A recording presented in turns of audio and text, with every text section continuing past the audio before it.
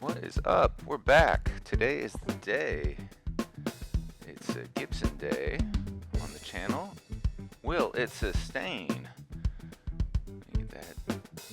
So today we are blessed to have in the studio a really nice guitar to play with.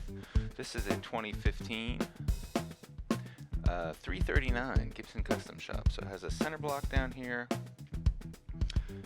It's a press top, 3-layer. I think they go maple, poplar, maple. So custom 2015 era. I don't know too much about the custom shop history and all that stuff. I'm not trogly, but initial impressions. It's springy. There's a lot of little bounce in here. If it were full hollow, this much space, it would roar, because there's a lot of space, but they fill it up with this maple block, I'm pretty sure, if I remember right. It's common information, but I'm spacing on it. But that's not what we're here for. I'll give you a brief description, and then we want to find out if it's going to infinite sustain in a Trey style fishy way. We got a fun little random beat, a little Latin funk came through. I got a loop going. The loops I record are also with the guitars we're playing, but they're through an octave pedal. So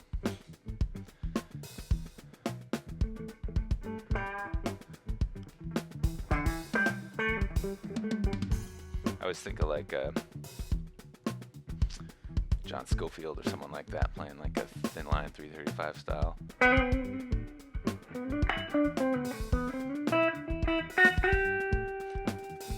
I think most time I spent with a 335 style. I'm just calling this a smaller 335. Fish Guitar Head's buddy John Butte, I was playing with a band with him at one point when I was living in the Baltimore area. Great guy, does a Dead tribute. Butte and Friends, highly recommend him. Check him out. He had one in his collection. I don't know if he still has it, but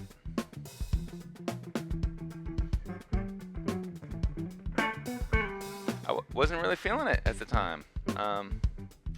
And you know, this direction, even though this is smaller, for me playing somehow I really noticed this direction. And I started trying out like what is it? Explorers and all the big Gibson guitars like that. I noticed, oh, this makes a kind of nice handy armrest there when it's like that. So you gotta cleans up some of your technique maybe a little bit like that.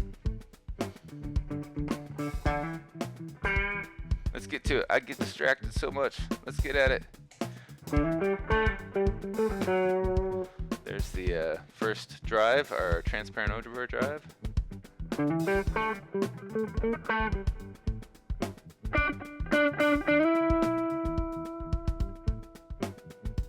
Man, does this have some pickups in it?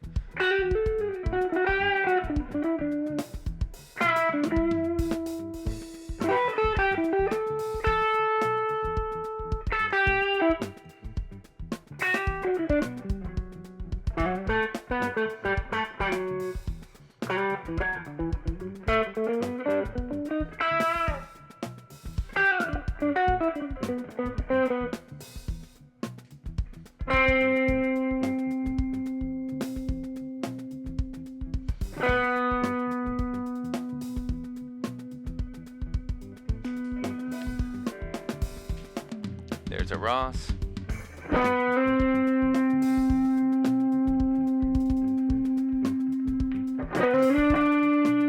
Coming in a little hotter than we were last time.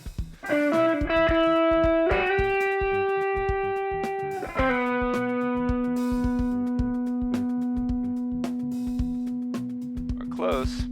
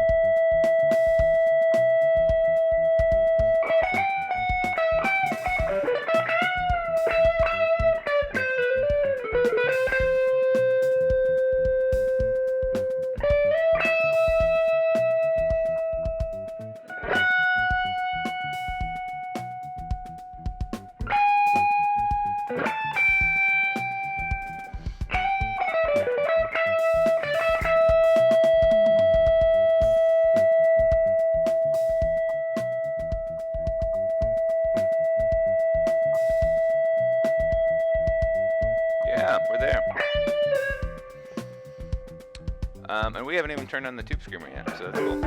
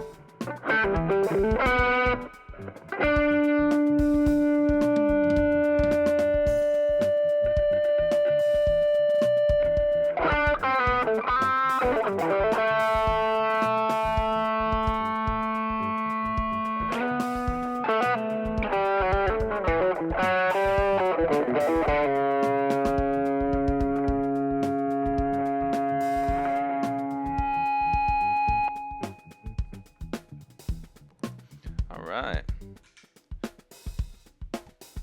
So we're definitely getting something. Yeah, we had some, for sure. Came in a little hot. I don't think I changed many settings from the last video. It could be these pickups. The pickups are really good. Custom shop level pickups. Definitely, I wouldn't say that makes the whole thing worth it, but you definitely expect something special at a custom shop instrument. And this is delivers in a numbers of ways. A pretty slim profile. I would just call that like a 60s profile.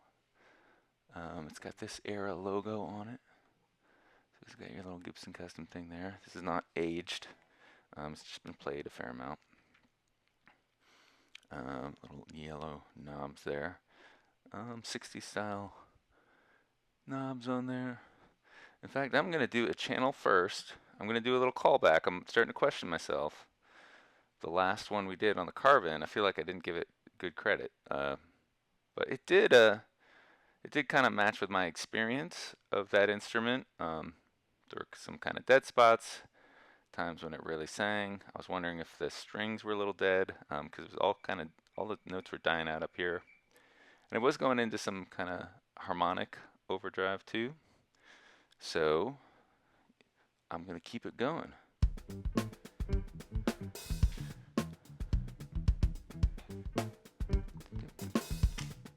Let's see how fast I can do this. I don't like editing.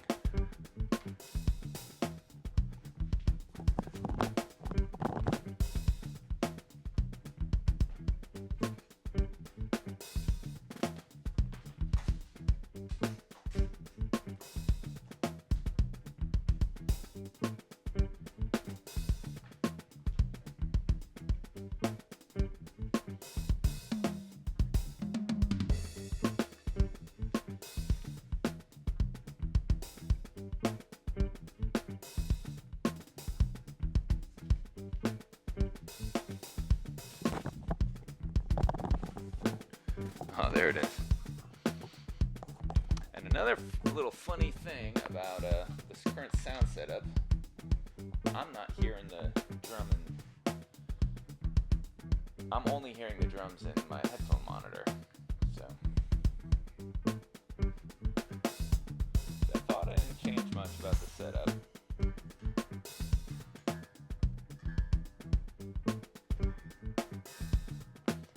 Do this guitar justice because it is a nice kind of American-made custom instrument,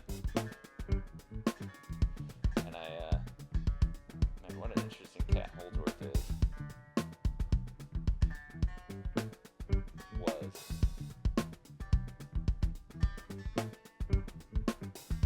And I wouldn't feel so great about leaving y'all hanging while I tune, but I really like this groove I came up with today.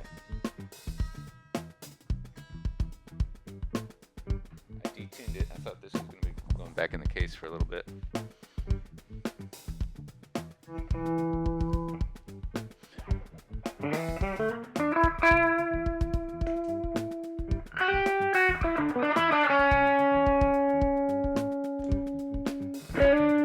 Tube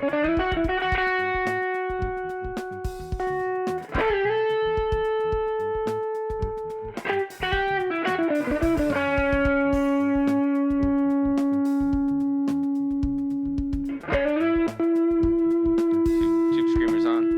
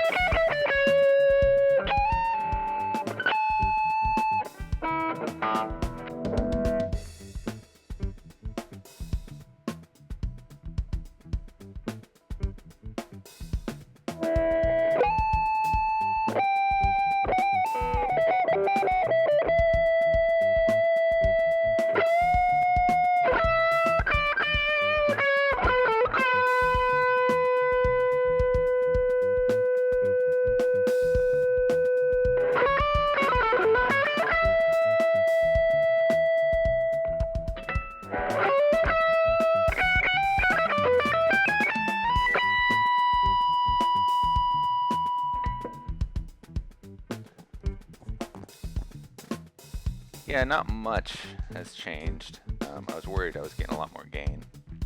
I think we're in a similar spot. And that's one thing I think too, going over to the tube amp, I forgot to mention also last time, is the tube amp seemed to react, especially Fender style, a lot differently to different gain settings and different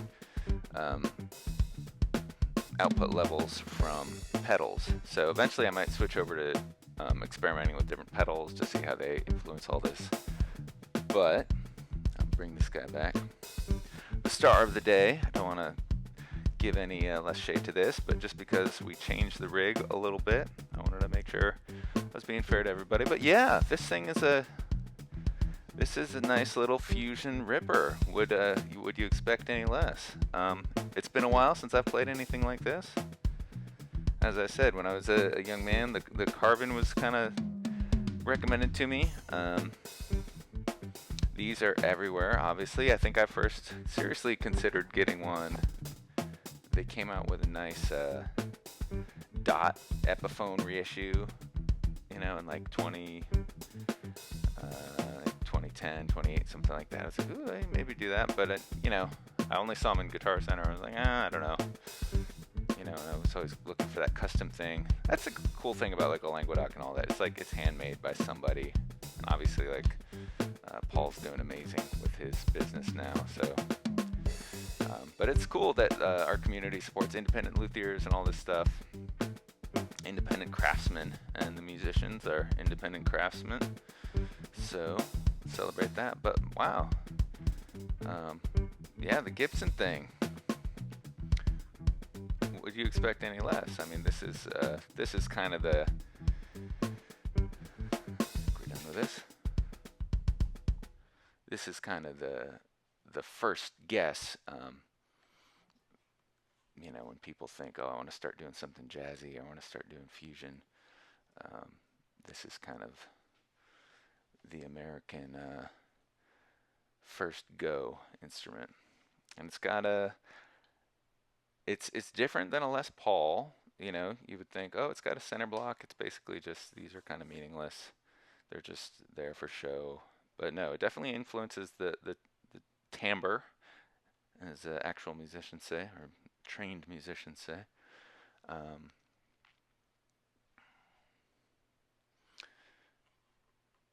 And you could see the feedback and sustain were there.